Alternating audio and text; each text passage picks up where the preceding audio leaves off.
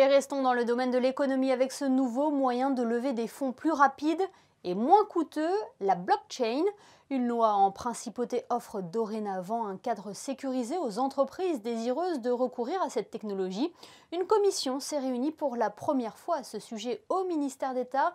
Plus d'explications dans ce reportage signé Vanessa Dessy.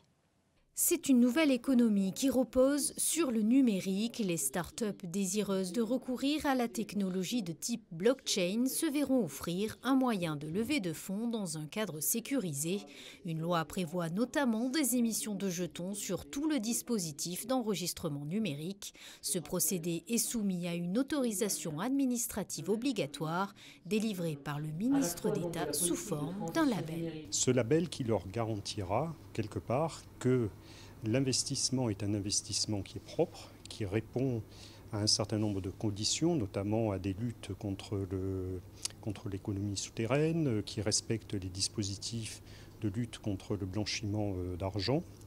Et donc ces sociétés vont pouvoir s'adresser au gouvernement princier, qui a passé un partenariat avec la société Euronext et une de ses filiales, la société Tokeny, leader sur le marché.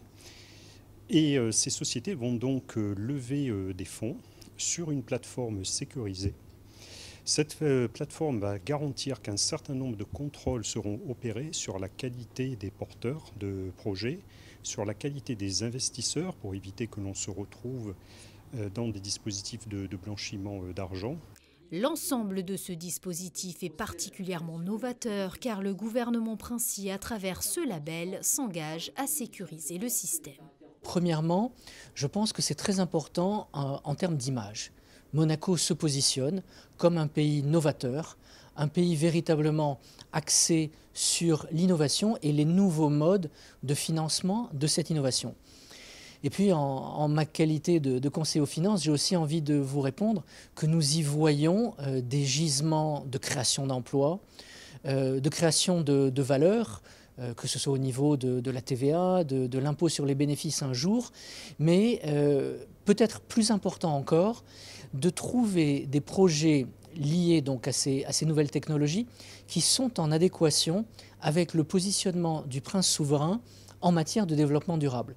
Une commission examinera ainsi si la levée de fonds présente toutes les garanties requises.